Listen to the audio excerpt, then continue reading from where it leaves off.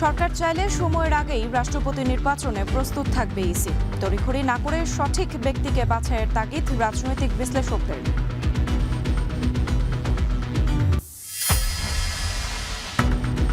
এক বছর পর ঢাকা নারিতা সরাসরি ফ্লাইট চালু। বিমানের আরও রুট বাড়ানোর আশ্বাস মন্ত্রীর। চাহিদা থাকায় বোয়িং এর পাশাপাশি এয়ারবাসও কিনবে সরকার।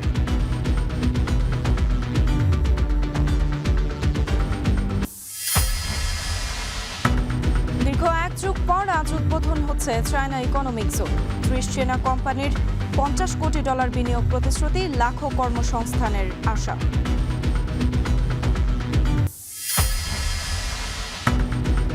এবং সড়ক মহাসড়কে মোটরবাইকে বিকট শব্দ বাজানোর অসুস্থ প্রতিযোগিতা। এক্সস্ট বিক্রির লাগাম টানার তাগিদ, শব্দ সন্ত্রাস রুখতে অভিযান জোরদার।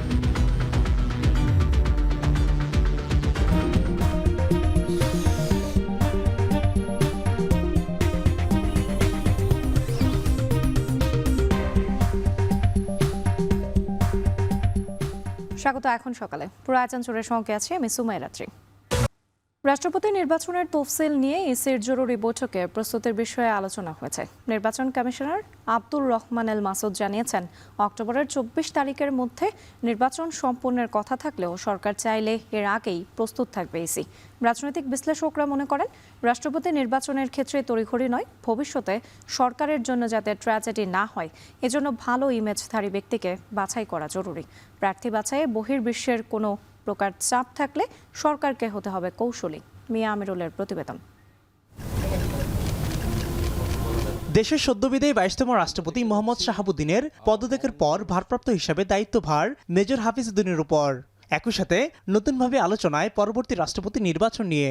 সরকারের ভাবনায় সেপ্টেম্বরের নিয়মিত সংসদ অধিবেশনের মধ্য দিয়ে এটি চূড়ান্ত হবে। সংবিধান অনুযায়ী রাষ্ট্রপতি পদ শূন্য হওয়ার পরবর্তী 90 দিনের মধ্যে নির্বাচন আয়োজনের দায়িত্ব নির্বাচন কমিশনের। তফসিল চূড়ান্তের আগে স্পিকারের সাথে বৈঠক করবে ইসি। বৈঠকের আগে কমিশনের প্রস্তুতি ভালোভাবে গোছাতে রবিবার জরুরি বৈঠক ডাকেন প্রধান নির্বাচন কমিশনার। নির্বাচন কমিশনার আব্দুর রহমান এল মাসুদ জানান, 24 অক্টোবরের মধ্যে নির্বাচন সম্পন্নের কথা থাকলেও সরকার চাইলে এর আগেই প্রস্তুত থাকবে কমিশন। প্রার্থী যদি ঠিক থাকে আর দ্রুত করতে চায় দ্রুত করবো, এটা এই সিস্টেম। এটা তফসিলটার বিষয়টা সবই নির্ভর করতেছে সরকারের অ্যাটিটিউড। আমি এখানে আইনি বলে দিচ্ছি, স্পিকারের সাথে আমি কনসালটেশন, কমিশন কনসালটেশন। রাজনৈতিক বিশ্লেষকরা মনে করেন, রাষ্ট্রপতি নির্বাচনের ক্ষেত্রে তড়িঘড়ি নয়, ভবিষ্যতে সরকারের জন্য যাতে ট্র্যাজেডি না হয় এই জন্য ভালো ইমেজদারি ব্যক্তিকে বাছাই করা জরুরি। সবকিছু ধ্বংস হয়ে গেলেও একটা প্রতিষ্ঠান যেন শেষ আশার আলো হিসেবে থাকে, সেভাবে যদি আমরা করতে না পারি তাহলে এটা কোনো মানে নাই। রাষ্ট্রপতির ক্ষমতাটাকে আরও অর্থবহ করার দরকার বলে আমি মনে করি। রাষ্ট্রপতি পদে নির্বাচন বিএনপির জন্য অনেক সময়ই ট্র্যাজেডি হয়েছে। এই জন্য বিএনপিকে খেয়াল রাখতে হবে যেন ভবিষ্যতে এমন কোনো রাষ্ট্রপতি না হয় যিনি বিএনপির জন্য ট্র্যাজেডি হয়ে দাঁড়ান। রাষ্ট্রপতি নিয়োগের ক্ষেত্রে বহির্বিশ্বের চাপের শঙ্কা রয়েছে, তবে এ বিষয়ে সরকারকে হতে হবে কৌশলী। বয়স এবং অভিজ্ঞতা বিবেচনায় সঠিক সিদ্ধান্ত নেওয়ার তাগিদ দেন তারা।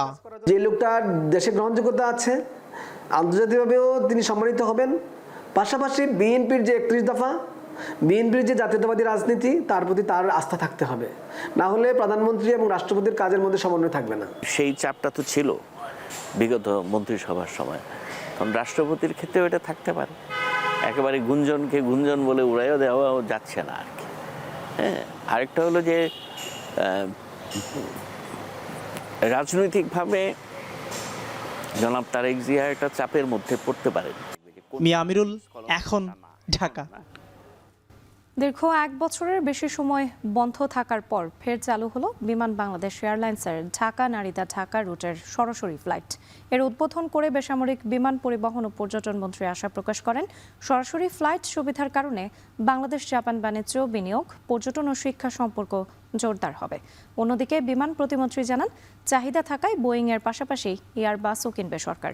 আর জানাচ্ছেন রাজু আহমেদ।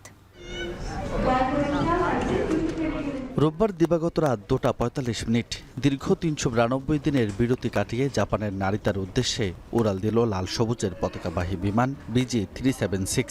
যাত্রীদের লম্বা অপেক্ষার অবসান ঘটিয়ে আবারও সচল হল বহুল প্রত্যাশিত ঢাকা নারিতা সরাসরি রুট। এর আগে 2025 সালের 1 জুলাই অপারেশনাল ও বাণিজ্যিক চ্যালেঞ্জের কথা জানিয়ে জাপানের এই রুটের ফ্লাইট স্থগিত করা হয়েছিল। 1 বছরেরও বেশি সময় পর রোববার রাত 12টায় পুনরায় ফ্লাইটের উদ্বোধন করেন বেসামরিক বিমান পরিবহন ও পর্যটন মন্ত্রী আফরোজা খানম। বলেন, এই রুট শুধু যাত্রী পরিবহনের জন্য নয়, জাপানের সাথে বাণিজ্য, বিনিয়োগ, পর্যটন, শিক্ষা ও জনগণের পারস্পরিক যোগাযোগকে ত্বরান্বিত করবে। এই রুটের মাধ্যমে যাত্রী চলাচলই নয়, উচ্চমূল্যের কৃষি ও মৎস্যপণ্য রপ্তানি, ব্যবসায়িক যোগাযোগ, বিনিয়োগ, পর্যটন এবং শিক্ষা খাতে নতুন সম্ভাবনার দ্বার উন্মোচিত হবে। ভবিষ্যতে যাত্রী চাহিদা বাড়লে ফ্লাইটের সংখ্যাও বাড়ানো হবে বলে জানান মন্ত্রী। এদিকে ঢাকা নারিতা রুটে অপারেশনাল ও বাণিজ্যিক চ্যালেঞ্জ নেই জানিয়ে বিমান প্রতিমন্ত্রী বলেন, একটা বিমান দিয়ে ঢাকা নারিতা ফ্লাইট চালু হলেও সরকারের লক্ষ্য 2034 সালের মাঝে বিভিন্ন রুটে 50টি ফ্লাইট দেয়া। এ সময় শুধু বোয়িং নয়, চাহিদা থাকে আরও এয়ারবাস কেনা হবে বলেও জানান প্রতিমন্ত্রী। আমাদের ফ্লাইটের শর্টেজ আছে, ফ্রিকোয়েন্সি আছে আমাদের অনেক দেশে, যেখানে আমরা ফ্লাইট পাঠাতে পারছি না। এই জন্য আমরা 14টা সাইন করেছি, বোয়িং ঠিকই আছে, আপনি যে কোশ্চেন করেছেন, এবং আমরা পারলে আমরা 10টা এয়ারবাসও ক্রয় করব। এর আগে 2023 সালের সেপ্টেম্বরে এই রুটে ফ্লাইট চালু করেছিল বিমান বাংলাদেশ এয়ারলাইন্স, তবে তা খুব বেশি দিন চলেনি। সংশ্লিষ্টদের প্রত্যাশা, পুনরায় এই রুট নিয়মিত ও লাভজনকভাবে পরিচালিত হলে দুই দেশের অর্থনীতি, বাণিজ্য, শিক্ষা ও পর্যটনে নতুন গতি আসবে। রাজু আহমেদ, এখন, ঢাকা। দীর্ঘ 12 বছর স্থবির থাকার পর আজ উদ্বোধন হতে যাচ্ছে চট্টগ্রামের কর্ণফুলী নদীর দক্ষিণ পাড়ে China economic and industrial zone. 800 acre জায়গায় 4100 কোটি টাকা খরচে গড়ে উঠছে এই শিল্পাঞ্চল, যেখানে কর্মসংস্থান হবে প্রায় 1 লাখ মানুষের। ইতিমধ্যে এই শিল্পাঞ্চলে বিনিয়োগের আগ্রহ প্রকাশ করেছে 30টি চীনা প্রতিষ্ঠান। তবে বিশেষজ্ঞরা বলছেন, বিনিয়োগ আকর্ষণের পাশাপাশি অবকাঠামো, জ্বালানি ও আমলাতান্ত্রিক জটিলতার চ্যালেঞ্জ মোকাবেলা করাই হবে এই প্রকল্পের সবচেয়ে বড় পরীক্ষা। হোসেন জিয়াদের প্রতিবেদন। এখন আরো উন্নত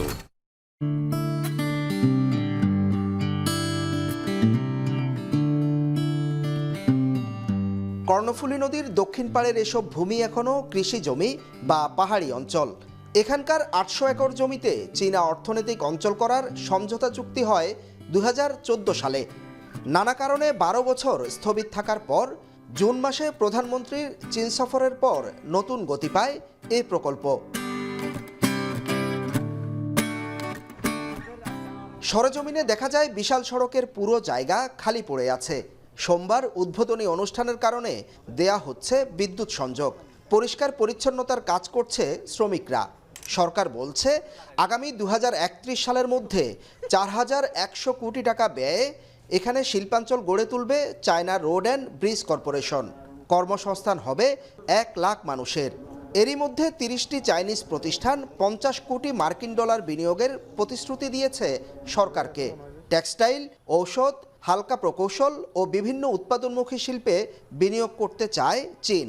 আমাদের দেশের তরফ থেকে কিন্তু আহ্বান জানানো হয়েছিল ইনভেস্টমেন্টের জন্য, এবং চট্টগ্রাম এবং চায়না কিন্তু সেই ইনভেস্টমেন্ট করার জন্য তারা আগ্রহ প্রকাশ করেছে, এবং একটি ব্যাপক ইনভেস্টমেন্ট নিয়ে তারা আমাদের এই চট্টগ্রামে, যেটি বললেন একটা ইন্ডাস্ট্রিয়াল ইকোনমিক জোন হবে, সেখানে তারা ইনভেস্টমেন্ট করবে।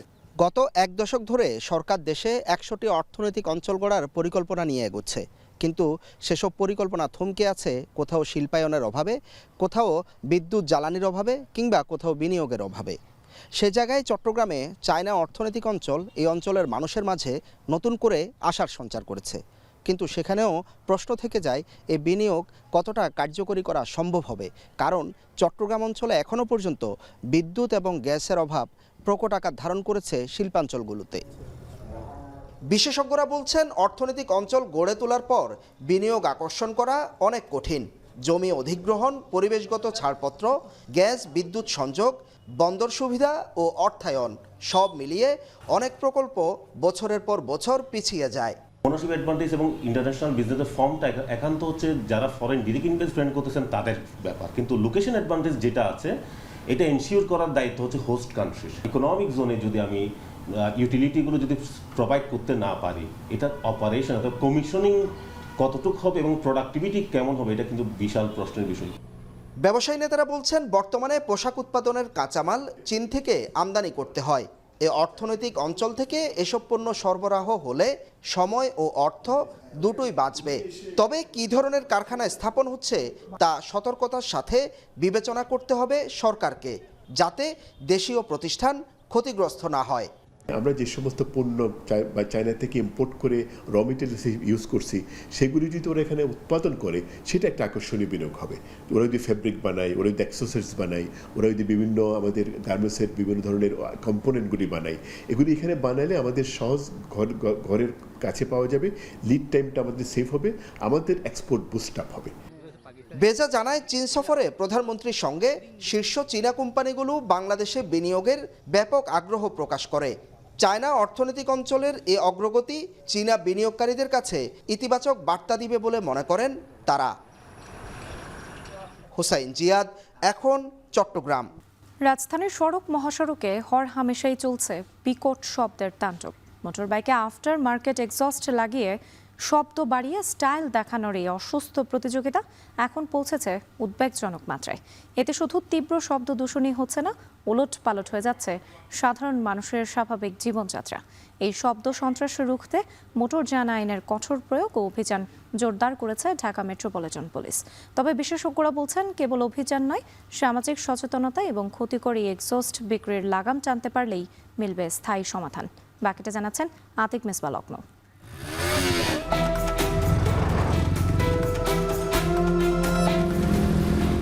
বিকট শব্দ সাথে বেপরোয়া গতির উন্মাদনা, দিন কিংবা রাত রাজধানীর সড়ক যেন এক একটা মরণফাঁদ।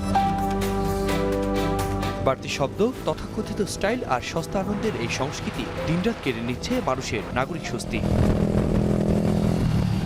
সাধারণ একটা মোটরবাইক কিভাবে হয়ে উঠছে এমন শব্দ সন্ত্রাসী? রহস্য লুকিয়ে আছে সাইলেন্সার বদলে ফেলা এই নিষিদ্ধ আফটার মার্কেট এক্সস্টে। শখের নামে এই যন্ত্রাংশটি আসলেই ডেকে আনছে মৃত্যু ঝুঁকি, যার প্রভাবে সবচেয়ে বেশি ভোগান্তিতে পড়ছেন শিশু, বয়স্ক, হৃদরোগী ও হাসপাতালে চিকিৎসাধীন রোগীরা।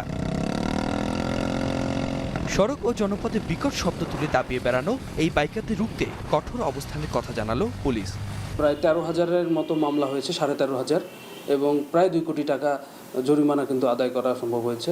এবং যারা রিপিটেড অফেন্ডার, তাদের সেই যানবাহনটি জব্দ করা হয়। পরিবার, সমাজ, শিক্ষা প্রতিষ্ঠান থেকে এই জিনিসগুলো যদি সঠিকভাবে শিক্ষা দেওয়া হয় যে নিজের চলাচলটা শুধু নয়, অন্যের কথাও ভাবতে হবে, তাহলে জিনিসটা বোধহয় অঙ্কুরে বিনষ্ট হবে। এবং আইনের প্রয়োগ তারপরেও যেটা পুলিশের দিক থেকে করা, সেটা আমরা করব।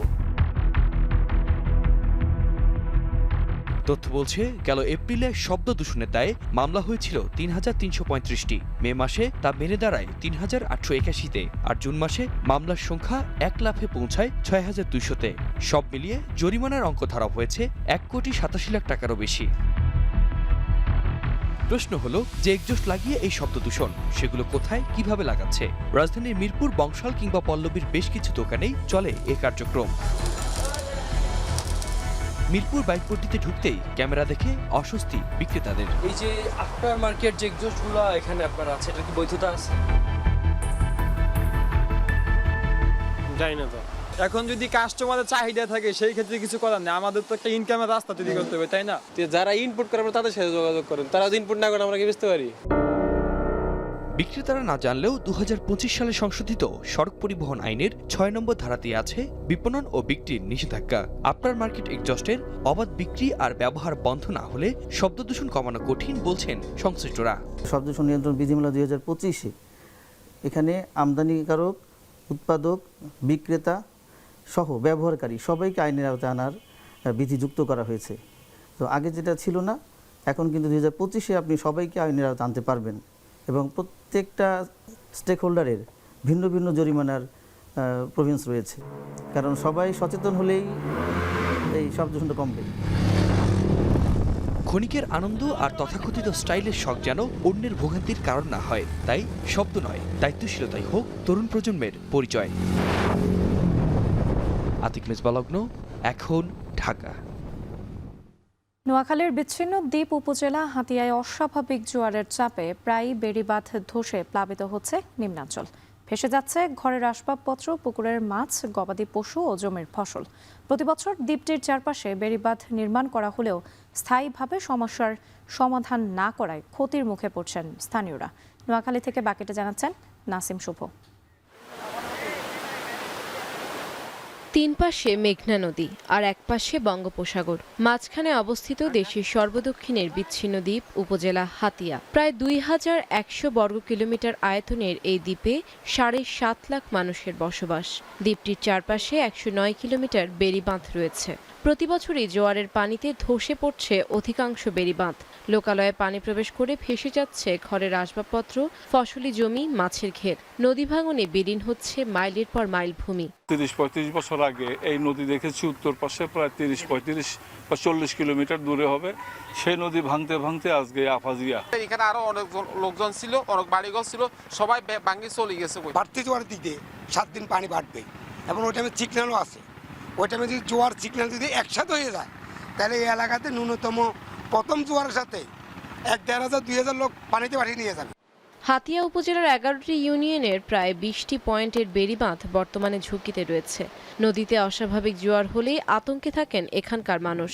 ঝুঁকিতে রয়েছে অসংখ্য শিক্ষা প্রতিষ্ঠানও। এই ভেড়িটা এখন অনেকটা ছিঁড়ে গিয়েছে, আর একটু যদি হয় আমার স্কুলটাও ছিঁড়ে যাবে। প্রতি বছর বেড়ি লাভ কি? ব্লক হচ্ছে না, ব্লক দিলে তখন আমাদের বেড়ি শক্ত হবে, নদীর ভাঙন দূর হবে।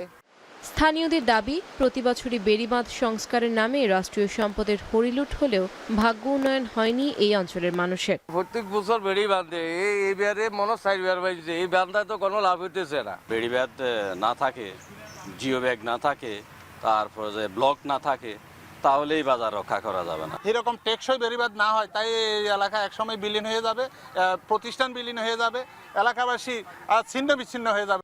পানি উন্নয়ন বোর্ডের তথ্য বলছে, চলতি মাসের শুরুর থেকে নদীর উচ্চ জোয়ারে ধসে গেছে উপজেলার 3টি ইউনিয়নের 4টি গ্রামের প্রায় 1 কিলোমিটার বেড়িবাঁধ। ধসে যাওয়া বেড়িবাঁধগুলো দ্রুত সময়ের মধ্যে সংস্কারের কাজ করার আশ্বাস পানি উন্নয়ন বোর্ডের। 3টা ইউনিয়নে 4টি পয়েন্টে মোট 800 মিটার জায়গা ক্ষতিগ্রস্ত হয়। এই ক্ষতিগ্রস্ত জায়গাগুলো ইতিমধ্যেই আমরা অস্থায়ী প্রতিরক্ষামূলক জিওটিউব দ্বারা অস্থায়ী প্রতিরক্ষামূলক কাজ বাস্তবায়ন শুরু করছি। স্থায়ী ব্লক বাঁধের জন্য ব্লক দিয়ে প্রোটেকশন এবং বাঁধের স্লোপ প্রোটেকশনের জন্য আমরা একটা ডিপিপি প্রস্তুত করেছি। কিছু টেকনিক্যাল রিপোর্ট বাকি আছে, এই টেকনিক্যাল রিপোর্ট হাতে পাওয়া মাত্র আমরা এটা বোর্ডে দাখিল করব। বছরের পর বছর বেড়িবাঁধ নির্মাণ ও সংস্কারের নামে রাষ্ট্রীয় অর্থের অপচয় না করে দ্বীপটির চারপাশে স্থায়ী ব্লক স্থাপনের দাবি উপকূলীয় এই জনপদের বাসিন্দাদের। এখন নোয়াখালী। নেত্রকোনায় আকস্মিক পাহাড়ি ঢলের পানি নেমে গেলেও ক্ষতিগ্রস্ত হয়েছে সীমান্তবর্তী 2টি উপজেলার অন্তত 5টি ইউনিয়ন। ঢলের তীব্র স্রোতে ভেঙে গেছে স্কুল ও মসজিদ, সেই সাথে ক্ষতিগ্রস্ত হয়েছে 15 কিলোমিটারের বেশি গ্রামীণ সড়ক। এছাড়াও পানিতে নষ্ট হয়েছে প্রায় 90 একরের বেশি আমনের বীজতলা। স্থানীয়রা বলছেন, প্রতি বছরই পাহাড়ি ঢলের এই ক্ষতির মুখে পড়তে হয় তাদের, তাই নদীগুলোতে স্থায়ী বেড়িবাঁধ নির্মাণের দাবি করেছেন তারা। পানি উন্নয়ন বোর্ড বলছে, ক্ষতিগ্রস্ত স্থানগুলো চিহ্নিত করে সাময়িকভাবে জিও ব্যাগ ফেলা হচ্ছে। অন্যদিকে স্থানীয় সংসদ সদস্য ও ডেপুটি স্পিকার বলছেন, প্রাকৃতিক ক্ষতি কমাতে খাল খনন সহ নদী খননের উদ্যোগ নেওয়া হবে। বাকিটা জানাচ্ছেন রিফাত আহমেদ রাসেল। আকস্মিক পাহাড়ি ঢলে প্লাবিত হয়েছে নেত্রকোনার সীমান্তবর্তী 2 উপজেলা দুর্গাপুর ও কলমাকান্দা। কোনো কিছু বোঝার আগেই রাতের আধারে বাঁধ কিংবা সড়ক ভেঙে পানি ঢুকেছে গ্রামগুলোতে। নেতাই নদীর পাহাড়ি ঢলে নদীর পাড় ভেঙে পানি ঢুকেছে দুর্গাপুরের কয়েকটি গ্রামে। এছাড়াও পানিতে ভেসে গেছে 20 একরের বেশি আমনের বীজতলা, পুকুর ও মাছের ঘের। আমরা বীজ ধান রোপণ করছিলাম, হাজার হাজার কৃষকের বীজ ধান এখন পানির নিচে, ফসল নষ্ট, জ্বালা যা আছেন সব নষ্ট হয়েছে। এগুলা সরকারের কাছে আমরা চাই যে এগুলো একটা ভালো একটা সমাধান দেওয়ার জন্য। কলমাকান্দায় পাহাড়ি ঢলে ক্ষতিগ্রস্ত হয়েছে গ্রামীণ সড়ক। তীব্র স্রোতে গজারমারি প্রাথমিক সরকারি বিদ্যালয় ভেঙে পড়েছে, ফলে সাময়িকভাবে বন্ধ আছে শিক্ষার্থীদের পাঠদান। এতে চরম দুর্ভোগে খারনই ও নাজিরপুর সহ বিভিন্ন ইউনিয়নের বাসিন্দারা। শুকনো মৌসুমে ঝুঁকিপূর্ণ স্থানগুলো চিহ্নিত করে বেড়িবাঁধ নির্মাণের দাবি তাদের। অনেকের ঘরে পানি এখনো তারা ঠিকমতো চুলা জ্বালাতে পারছে না, খেতে পারছে না, এমন একটা পরিস্থিতি এখানে সৃষ্টি হয়েছে। প্রতি বছরই আমরা বন্যা প্রবলিত এলাকায় পানির নিচেই থাকি প্রতি বছরে। স্থানীয় প্রশাসন ও পানি উন্নয়ন বোর্ড বলছে, ভাঙন মোকাবেলার পাশাপাশি স্থায়ী বেড়িবাঁধ নির্মাণের প্রস্তুতি চলছে। মৌলভীবাজার থেকে 5 কিলোমিটার বন্দরশানের গ্রাম পর্যন্ত 5 কিলোমিটার একটা স্থায়ী বেড়িবাঁধ নির্মাণ করা যায় কিনা এই সংক্রান্ত আমরা একটা প্রস্তাব পাঠিয়েছি। বন্যায় যাতে পার্শ্ববর্তী এলাকা যাতে প্লাবিত আর না হয় সেভাবে আমরা গ্রাউন্ড লেভেলে যে নদীর পাড় আছে সেইভাবে আমরা বাধাই করে দিব আর কি, এবং ভবিষ্যতে এখানে যাতে কোনো ঝুঁকি না থাকে সেই জন্য আমরা প্রজেক্টের আওতায় সিসি ব্লক দিয়ে পার্মানেন্ট নদীর পাড় বাধাই করে দিব আর কি। আর স্থানীয় সংসদ সদস্য ও ভারপ্রাপ্ত স্পিকার ক্ষতিগ্রস্ত এলাকা পরিদর্শন শেষে দ্রুত মেরামতের নির্দেশ দিয়েছেন। বিভিন্ন রাস্তাঘাট, নদীর গতি পরিবর্তন হয়েছে, সেগুলো নদী খনন করে, নদী শাসন করে নদীকে তার নদীর নাব্যতা ফিরিয়ে আনতে হবে। খালকে তার পানির ন্যায্য যেটা খাল পাওয়া উচিত, সেই খাল অনেক ভরাট হয়ে গেছে, অনেকে বেদখল করে রেখেছেন, সেগুলো দখলমুক্ত করে আমরা যেন প্রকৃতির কাছে হার না মেনে প্রকৃতিকে বশ বানাতে পারি সেভাবে প্রচেষ্টা করবো ইনশাআল্লাহ। স্থানীয়রা বলছে নদী খনন সহ দ্রুত বেড়িবাঁধ নির্মাণ হলে কমে আসবে সীমান্তবর্তী এলাকার দুর্ভোগ। রিফাত আহমেদ রাসেল, এখন নেত্রকোনা। নাটোরের ভেষজ ঔষধি গ্রামের আড়ালে গড়ে উঠেছে ভয়ঙ্কর সব প্রতারক চক্র। সামাজিক যোগাযোগ মাধ্যমে চটকদার বিজ্ঞাপন দিয়ে রমরমা বাণিজ্য করছে অনুমোদনহীন ভেজাল যৌন উত্তেজক, হার্ট, ডায়াবেটিক্স, অ্যালার্জি সহ বিভিন্ন ধরনের ঔষধ। হাতিয়ে নেওয়া হচ্ছে কোটি কোটি টাকা। একই সাথে মারাত্মক স্বাস্থ্য ঝুঁকিতে পড়ছে সাধারণ মানুষ। প্রশাসনের অভিযানেও থামছে না চক্রগুলোর দৌরাত্ম্য। মাহবুব হোসেনের প্রতিবেদন। নানা জাতের ঔষধি গাছ চাষ হওয়ায় নাটোরের লক্ষ্মীপুর, খোলাবাড়িয়া সহ অন্তত 30টি গ্রাম পরিচিতি পেয়েছে ঔষধি গ্রাম হিসেবে। বাণিজ্যিকভাবে চাষ হওয়ায় এতে প্রত্যক্ষ ও পরোক্ষভাবে জড়িত রয়েছে অন্তত 20,000 মানুষ। এতে বছরে উৎপাদন হচ্ছে 20 থেকে 22 কোটি টাকার পণ্য। তবে ঔষধি গাছ চাষের আড়ালে গ্রামগুলোতে গড়ে উঠেছে ভয়ঙ্কর সব প্রতারক চক্র। ঔষধি গ্রামগুলোর সুনাম কাজে লাগিয়ে তৈরি করা হচ্ছে ভেজাল যৌন উত্তেজক, হার্ট, ডায়াবেটিক্স, অ্যালার্জি সহ বিভিন্ন রোগের ঔষধ। আর সামাজিক যোগাযোগ মাধ্যমে চটকদার বিজ্ঞাপন দিয়ে এসব ঔষধ বিক্রি করে কোটি কোটি টাকা হাতিয়ে নিচ্ছে প্রতারক চক্রটি। অপরদিকে সরল বিশ্বাসে এসব ঔষধ খেয়ে চরম স্বাস্থ্য ঝুঁকিতে পড়ছেন সাধারণ মানুষ। আমরা এই ভেজালের প্রতিবাদ করতে যায় অনেক কয়বার মায়ের মুখামুখি পড়ে গেছি। চক্র মানে অবৈধ ব্যবসা শুরু করেছে। মানুষ আমরা ওষুধ খেয়ে সুস্থ হওয়ার জন্য, কিন্তু এই সকল ওষুধ খেয়ে মানুষ ক্ষতিগ্রস্ত হচ্ছে, অসুস্থ বেশি হচ্ছে। দেশের পাশাপাশি বিশ্বেও পরিচিত নাটোরের ঔষধি গ্রাম। এই পরিচিতিকে কাজে লাগিয়ে ঔষধি গ্রামে বাড়ি ভাড়া নিয়ে 15 থেকে 20টি প্রতারক চক্র ভেজাল ওষুধ তৈরি ও বিপণন করে আসছে। এ নিয়ে স্থানীয় ভেষজ চাষিরা প্রতিবাদ করলে তাদেরকে দেওয়া হচ্ছে হুমকি। ঔষধি গ্রামের সুনাম রক্ষায় প্রশাসনের হস্তক্ষেপ কামনা করেন তারা। যেখানে এই ধরনের অন্যায় কাজগুলো করতেছে, ঔষধি গ্রামের সুনাম নষ্ট করতেছে, তাদের বিরুদ্ধে যেন আসলে কোনো ব্যবস্থা নেই। এমন জিনিস হেরারে যে ওষুধগুলো বানাইতেছে, হেরারে দিলে হেরোই খাইতো না। যদি আপনি যে কোন যে এই ট্যাবলেটটা তুমি বানাইছো তুমি খাইতো না, তাইলে এরাই যে ক্ষতি করতেছে, যে প্রশাসনের নাকে ঢোকা দিয়ে হেরা ঘুরতেছে, ইয়া চলতেছে যাইতেছে, এটা প্রশাসন ছাড়া তো কিছু করুন যেত না। সম্প্রতি ঔষধি গ্রামে অভিযান চালিয়ে ভেজাল ও অনুমোদনহীন বিপুল পরিমাণ ঔষধ ও সরঞ্জাম সহ 3 জনকে আটক করে জেলা পুলিশ। এই ধরনের অবৈধ ব্যবসায়ীদের বিরুদ্ধে কঠোর পদক্ষেপ নেওয়ার কথা জানান পুলিশ সুপার। নানা রকমের ঔষধ তৈরি করে যেগুলো অনুমোদনহীন এবং অস্বাস্থ্যকর পরিবেশে তৈরি হয়, সেগুলো তৈরি করে তারা দেশের বিভিন্ন লোকের কাছে বিক্রি করে। তারা বিক্রিটা করেন হচ্ছে অনলাইনের মাধ্যমে। এরকম অবৈধ ব্যবসা করছে, আমরা তাদেরকেও ধীরে ধীরে আইনের আওতায় নিয়ে আসবো। ঔষধি গ্রামকে ঘিরে অন্তত 62টি ভেষজ দোকান রয়েছে লক্ষ্মীপুর খোলাবাড়িয়া বাজারে। এসব দোকানে বছরে কয়েক কোটি টাকার ওষুধ বিক্রি করা হয়। তবে অসাধু চক্রকে ঠেকানো না গেলে মানুষ প্রতারণার পাশাপাশি আর্থিক ও স্বাস্থ্যগতভাবে চরম ক্ষতির শিকার হবেন। সেজন্য প্রশাসনের কঠোর হস্তক্ষেপ কামনা করেন ভেষজ চাষিরা। মাহবুব হোসেন, এখন নাটোর। টানা বৃষ্টিতে দিনাজপুরে আমন চাষের স্বস্তি ফিরলেও বিপাকে পড়েছেন সবজি চাষিরা। অতিবৃষ্টিতে বাড়ছে রোগবালাই ও পোকার আক্রমণ, কমছে উৎপাদন, বাড়ছে চাষের খরচ। বিস্তারিত জানাচ্ছেন কঙ্কন কর্মকার। দিনাজপুরের বৃষ্টির পর আমন রোপণের কাজ চলছে পুরোদমে।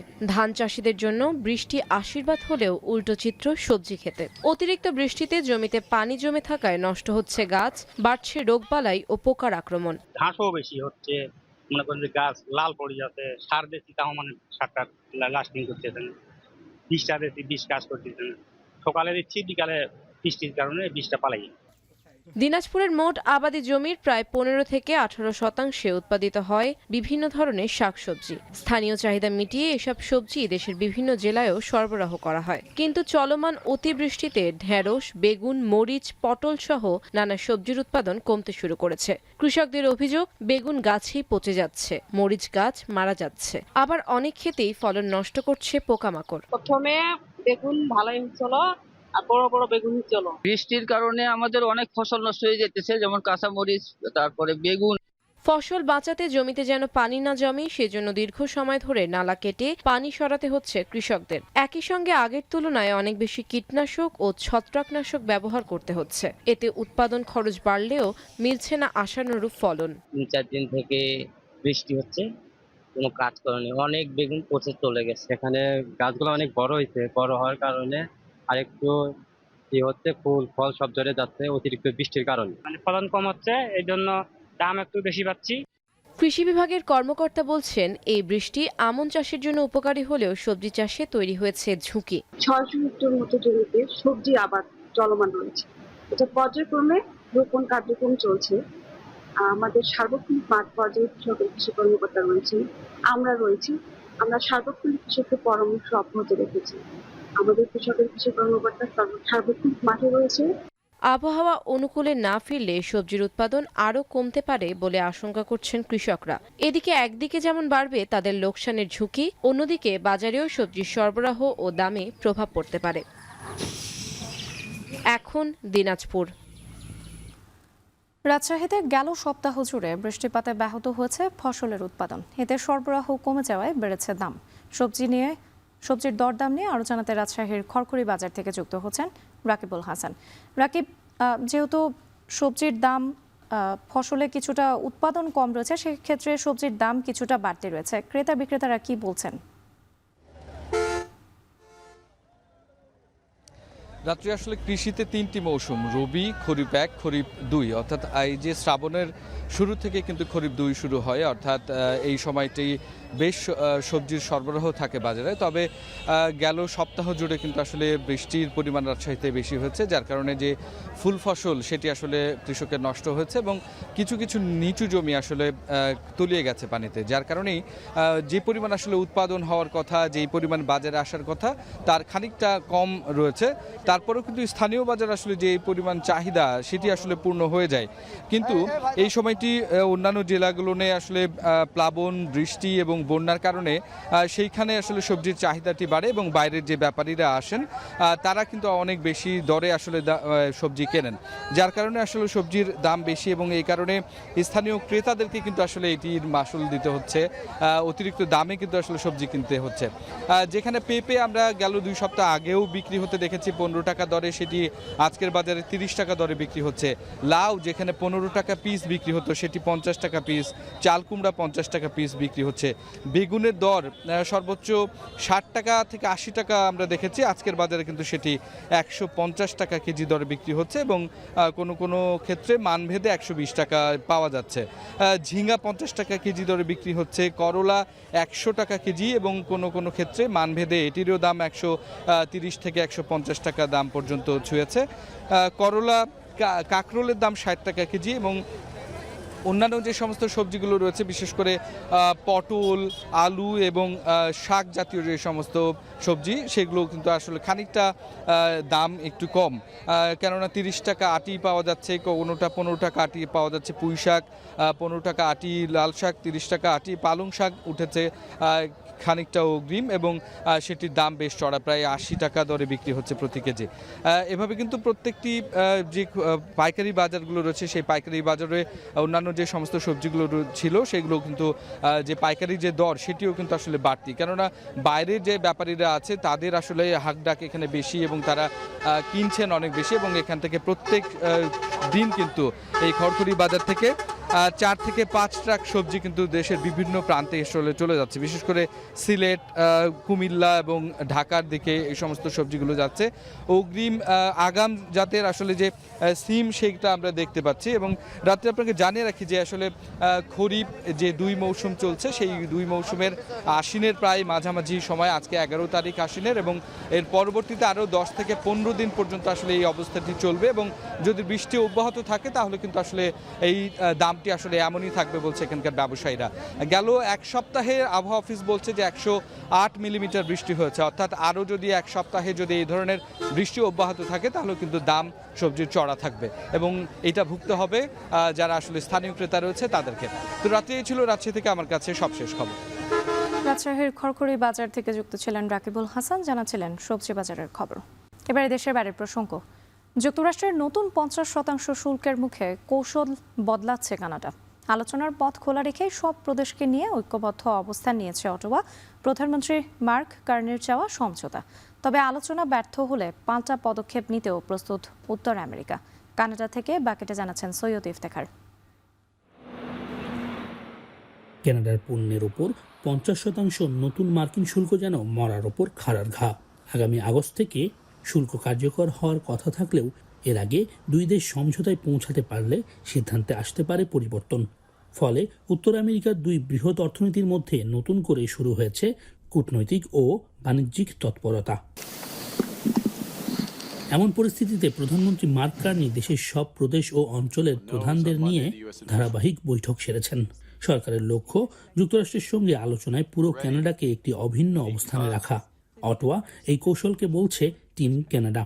ইতোমধ্যে প্রদেশগুলোর নেতারা জানিয়েছেন যুক্তরাষ্ট্রের চাপ মোকাবিলায় তারা কেন্দ্রীয় সরকারের সঙ্গে সমন্বয় করেই এগোবেন। প্রাইম মিনিস্টার কার্নি কিন্তু অনেক আগে থেকেই শুধু যে ট্রেড ডাইভার্সিফাই করছেন সেটা না, ট্রেডিং পার্টনারও ডাইভার্সিফাই করেছেন। সো ট্রেডিং এখন শুধুমাত্র ইউএস এর উপরে এক্সেসিভলি ডিপেন্ডেন্ট না। উনি চায়নার সাথে ডিল করেছেন, ইউরোপিয়ান ইউনিয়নের সাথে নতুন অনেক ডিল করেছেন, মিডল ইস্টের সাথে ডিল করেছেন, এবং অনেক new bundle of commodity, tradable commodity নিয়ে উনি নতুন নতুন পার্টনারের সাথে ট্রেড ডিল করতে যাচ্ছেন।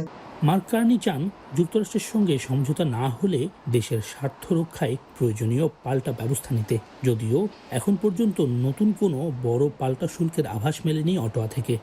নেগোসিয়েশনটা একটু ভালো করে করতে পারি যাতে আমরাও কিছু সুবিধা পেতে পারি, আর আলটিমেটলি ডোনাল্ড ট্রাম্পের শুভ বুদ্ধির উদয় হোক, সেটাই আমি চাই। So let's not hope for the worst, let's just hope for the best. এদিকে দুই দেশের কর্মকর্তাদের মধ্যে আলোচনা অব্যাহত রয়েছে। বিশ্লেষকদের মতে সমঝোতা না হলে আগস্টে নতুন শুল্ক কার্যকর হওয়ার সঙ্গে সঙ্গে উত্তর আমেরিকার সরবরাহ ব্যবস্থা, উৎপাদন খাত এবং ভোক্তা বাজারে এর প্রভাব আরও স্পষ্ট হয়ে উঠতে পারে। মূলত জুলাইয়ের প্রথম ভাগে কানাডা থেকে যাওয়া দাবানলের ধোঁয়া নিয়ে ক্ষোভ প্রকাশ করে মার্কিন প্রেসিডেন্ট ডোনাল্ড ট্রাম্প বলেছিলেন কানাডাকে এর চড়া মূল্য দিতে হবে। তার সেই বক্তব্যের পরই 50% বাড়তি শুল্ক আরোপে নতুন করে প্রশ্ন উঠেছে, এটি কি শুধুই বাণিজ্য নাকি অর্থনৈতিক অস্ত্র? সৈয়দ ইফতেখার, এখন কানাডা। জার্মানির বার্লিনে ভিড়ের মধ্যে গাড়ি তুলে দিয়ে হত্যার ঘটনায় পুলিশের অভিযানে নিহত হয়েছেন সন্দেহভাজন ব্যক্তি। শনিবার সন্ত্রাসী হামলায় সন্দেহভাজন হিসেবে শনাক্ত হন আব্দুল বালুদ নামের 21 বছর বয়সী লেবানিজ বংশোদ্ভূত জার্মান নাগরিক। অভিযানের সময় ছুরি হাতে পুলিশকে ধাও করলে তাকে গুলি করে পুলিশ। জানা যায় সিরিয়ায় জঙ্গি গোষ্ঠী আইএসে যোগ দেওয়ার উদ্দেশ্যে 2025 সালের মে মাসে তুরস্ক ও লেবাননে ভ্রমণ করেছিলেন বালুদ। ধর্মীয় ও সাম্প্রদায়িক উস্কানি দেওয়ার অভিযোগে জুলাইয়ে লেবাননে গ্রেপ্তার হন এবং 3 মাসের কারাদণ্ড ভোগ করেন। পরে নভেম্বরে জার্মানিতে ফিরে গ্রেপ্তার হন। গেল মে মাসে তাকে 1 বছর 10 মাসের কারাদণ্ড দেওয়া হলেও 6 মাসের জন্য স্থগিত হয়ে সাজা রাখা হয় নজরদারিতে।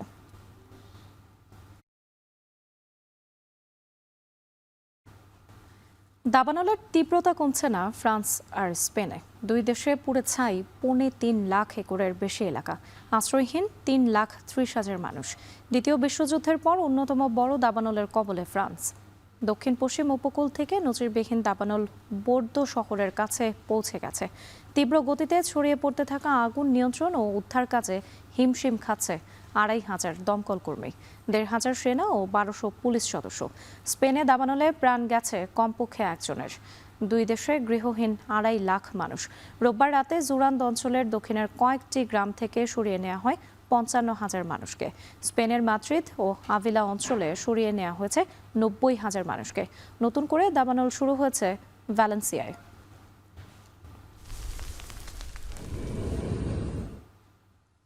তবে কি মধ্যপ্রাচ্য সংঘাতে নতুন মোড়? রাশিয়াকে সামরিক সরঞ্জাম পাঠানোর অভিযোগে 2 ইরানি জাহাজে ইউক্রেনের হামলায় 1 নাবিক নিহত। এর জেরে মধ্যপ্রাচ্য সংঘাতে নতুন রণক্ষেত্র এখন কাস্পিয়ান সাগর। বহু বছর ধরে ইউক্রেনের অভিযোগ, মস্কোকে হাজার হাজার কাজে ড্রোন দিয়ে তাদের জ্বালানি ও বেসামরিক অবকাঠামোতে হামলা চালাতে সাহায্য করছে তেহরান। ব্যাকেটে জানাচ্ছেন সুলতানা দিনা।